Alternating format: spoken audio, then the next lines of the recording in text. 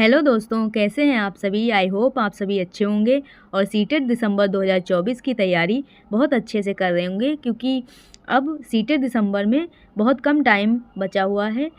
और इसी से रिलेटेड आज हम सीटेट पेपर 1 ईवीएस से रिलेटेड पारिस्थितिकी तंत्र या इकोसिस्टम पढ़ने वाले हैं। इसके अंतर्गत हम सजीव और निर्जीव घटक के बारे में पढ़ेंगे, पारिस्थितिकी तंत्र के बारे में पढ़ेंगे, ऊर्जा का स्थानांतरण पढ़ेंगे, उत्पादक या ऑटोट्रोप्स के बारे में पढ़ेंगे, कंज्यूमर के बारे में पढ़ेंगे, कितने प्रकार के कंज्यूमर होते हैं, प्राइमरी, सेकेंडरी, टर्सरी के बारे में जानेंगे और निर्जीव कंपोनेंट के बारे में जानेंगे। चलिए स्टार्ट करते हैं। आज का हमारा टॉपिक पारिस्थितिकी तंत्र या इकोसिस्टम। सजीव और निर्जीव घटक मिलकर एक तंत्र बनाते हैं जिसे हम क्या कहते हैं, पारिस्थितिकी तंत्र या इकोसिस्टम कहते हैं। इकोसिस्टम किससे मिलकर बना होता है, सजीव और निर्जीव घटक से मिलकर बना होता है इकोसिस्टम। सजीव क्या होते हैं, ऐसी चीज़ें जिनमें जीवन पाया जाता है, और निर्जीव क्या होते हैं, ऐसी चीज़ें जिनमें जीवन नहीं होता है या जीवन समाप्त हो चुका होता है। ऐसी चीज़ों को कहा जाता है निर्जीव, और जिनमें जीवन पाया जाता है उनको कहा जाता है सजीव। यानी सजीव और निर्जीव घटक मिलकर क्या बनाते हैं, एक तंत्र बनाते हैं जिसको हम कहते हैं इकोसिस्टम। पारिस्थितिकी तंत्र जलीय हो या स्थलीय, उसकी संरचना दो घटकों से मिलकर बनी होती है। अब पारिस्थितिकी तंत्र जलीय हो सकता है और स्थलीय हो सकता है। दोनों की संरचनाएं कैसी होंगी, सेम होंगी। उनमें भी सजीव घटक होते हैं और निर्जीव घटक होते हैं, और स्थलीय में भी सजीव घटक और निर्जीव घटक होते हैं। चलिए आगे बढ़ते हैं। पारिस्थितिकी तंत्र में सभी जीव प्रत्यक्ष या अप्रत्यक्ष रूप से उत्पादक यानी प्रोड्यूसर पर निर्भर होते हैं। प्रोड्यूसर किसे कहते हैं, ऑटोट्रोप्स, जो अपना भोजन स्वयं बना लेते हैं। क्या करते हैं, अपना भोजन स्वयं बना लेते हैं। अब कैसे प्रत्यक्ष और अप्रत्यक्ष रूप से हम ऑटोट्रोप्स पे निर्भर हैं। देखिए, हिरन ने क्या किया, घास खाई, और शेर ने क्या किया, हिरन को खा लिया। तो यहाँ पे हिरन तो प्रत्यक्ष रूप से घास पर निर्भर है, लेकिन शेर क्या है, अप्रत्यक्ष रूप से घास पर निर्भर है। चलिए आगे बढ़ते हैं और ऊर्जा स्थानांतरण का 10% का नियम समझते हैं। इसमें क्या होता है कि एक ऊर्जा स्तर से दूसरे ऊर्जा स्तर तक जाने में हमें कितनी एनर्जी मिलती है, सिर्फ 10% एनर्जी मिलती है। कितनी मिलती है, 10% एनर्जी मिलती है, और 90% एनर्जी एटमॉस्फेयर में चली जाती है। क्या हो जाती है, एटमॉस्फेयर में चली जाती है, और हमें एक ट्रॉफिक लेवल से दूसरे ट्रॉफिक लेवल पर जाने पर सिर्फ 10% ऊर्जा का स्थानांतरण होता है। इसी को कहा जाता है ऊर्जा स्थानांतरण का 10% का नियम। इस नियम को दिया किसने था, लिंडमान ने इसे दिया था, और कब दिया था, 1942 में दिया था। चलिए आगे बढ़ते हैं। सजीव घटक। अब सजीव घटक के बारे में जान लेते हैं। सजीव घटक क्या होते हैं, जिनमें जीवन पाया जाता है। ऐसे चीज़ें जिनमें जीवन पाया जाता है सजीव कहलाते हैं।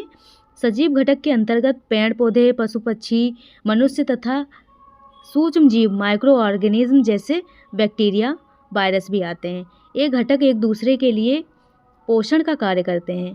सजीव घटक क्या होते हैं, एक दूसरे के लिए पोषण का कार्य करते हैं। पोषण के आधार पर सजीव 3 प्रकार के होते हैं। कितने प्रकार के होते हैं, 3 प्रकार के होते हैं। पहले नंबर पे क्या है, उत्पादक यानी ऑटोट्रोप्स, जो सजीव घटक लिविंग कंपोनेंट्स अपना भोजन स्वयं बना लेते हैं। क्या करते हैं, ऐसे सजीव या जीव जो अपना भोजन स्वयं बना लेते हैं स्वपोषी कहलाते हैं, ऑटोट्रोप्स कहलाते हैं। इन्हें उत्पादक या प्रोड्यूसर भी कहते हैं। जैसे एग्जाम्पल में हो गए हरे पेड़ पौधे। हरे पेड़ पौधों में क्या होता है, फोटोसिंथेसिस यानी प्रकाश संश्लेषण होता है, जो सनलाइट में अपना भोजन कार्बन डाइऑक्साइड और जल का प्रयोग करके क्लोरोफिल की उपस्थिति में बना लेते हैं। क्या करते हैं, अपना भोजन बना लेते हैं। इन्हें कहा जाता है ऑटोट्रोप्स, जो भोजन अपना स्वयं बना लेते हैं उन्हें ऑटोट्रोप्स कहा जाता है। चलिए देखते हैं। और फोटोसिंथेसिस की प्रोसेस में क्या होता है, कार्बन डाइऑक्साइड गैस को कंज्यूम किया जाता है, और ऑक्सीजन गैस को क्या किया जाता है, एटमॉस्फेयर में रिलीज़ किया जाता है। मोस्ट इंपॉर्टेंट पॉइंट है, याद रखेंगे। कौन सी गैस कंज्यूम होती है, कार्बन डाइऑक्साइड, और रिलीज़ कौन सी गैस होती है, ऑक्सीजन, O2 रिलीज़ होती है। और फूड के रूप में क्या मिलता है, ग्लूकोज। क्या मिलता है फूड के रूप में, ग्लूकोज मिलता है। चलिए आगे बढ़ते हैं। हरे पेड़ पौधे प्रकाश संश्लेषण की क्रिया में सूर्य के प्रकाश की उपस्थिति में कार्बन डाइऑक्साइड और जल लेकर क्लोरोफिल की सहायता से अपना भोजन स्वयं बनाते हैं। क्या करते हैं? फोटोसिंथेसिस की प्रोसेस में क्या होता है कि हरे पेड़ पौधे सनलाइट की उपस्थिति में कार्बन डाइऑक्साइड और जल का प्रयोग करके क्लोरोफिल की सहायता से अपना भोजन स्वयं बनाते हैं। और ऐसे जीव या पेड़ पौधे जो अपना भोजन स्वयं बना लेते हैं उन्हें क्या कहा जाता है? ऑटोट्रोप्स कहा जाता है, स्वपोषी कहा जाता है। क्या कहा जाता है? स्वपोषी। चलिए आगे बढ़ते हैं। नंबर 2 पे है हमारा उपभोक्ता, जिसे कहा जाता है कंज्यूमर्स। जो जीव भोजन के लिए प्रत्यक्ष या अप्रत्यक्ष रूप से उत्पादक यानी हरे पेड़ पौधों पर निर्भर रहते हैं, उपभोक्ता कहलाते हैं। भोजन के लिए दूसरों पर निर्भर रहने के कारण इन्हें क्या कहा जाता है? परपोषी या हेटेरोट्रोप्स कहा जाता है।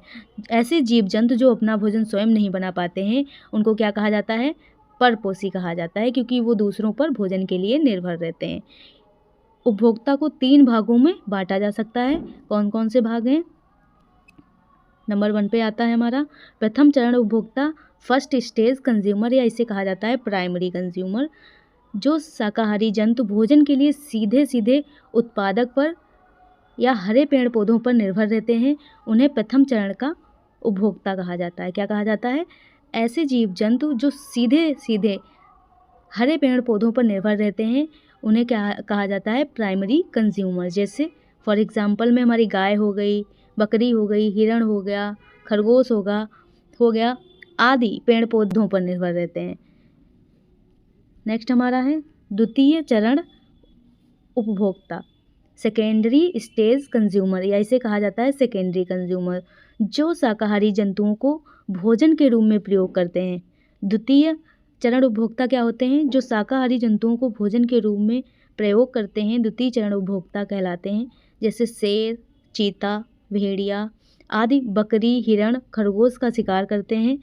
मोस्ट इम्पॉर्टेंट पॉइंट है, मेढक द्वितीय श्रेणी का उपभोक्ता है क्योंकि ये कीड़े मकोड़े खाता है। क्या करता है? कीड़े मकोड़े खाने के कारण मेढक को कहाँ रखा गया है? सेकेंडरी कंज्यूमर के अंतर्गत। चलिए आगे बढ़ते हैं। तृतीय चरण उपभोक्ता जानते हैं, इसे कहा जाता है टर्सरी कंज्यूमर या थर्ड स्टेज कंज्यूमर। इसी प्रकार द्वितीय चरण के उपभोक्ता अर्थात शेर, चीता आदि को मृत अवस्था में भोजन के रूप में ग्रहण करने वाले जीव तृतीय चरण के उपभोक्ता या अपमार्जक कहलाते हैं। तृतीय चरण उपभोक्ता कौन होते हैं? जो शेर, चीता या कोई भी जानवर मृत अवस्था में होता है तो उसका उपयोग भोजन के रूप में करते हैं, उन्हें तृतीय चरण उपभोक्ता कहा जाता है। और इन्हें अपमार्जक या डिटर्जेंट भी कहते हैं। एग्जाम्पल में कौन कौन से आ जाएंगे? गिद्ध हो गया, बाज हो गया, चील हो गया, सांप, कौवा, मृत जानवर का ये मांस खाते हैं। चलिए आगे बढ़ते हैं। अपघटक के बारे में जानते हैं, मोस्ट इम्पॉर्टेंट है, इससे काफ़ी क्वेश्चन पूछे जाते हैं।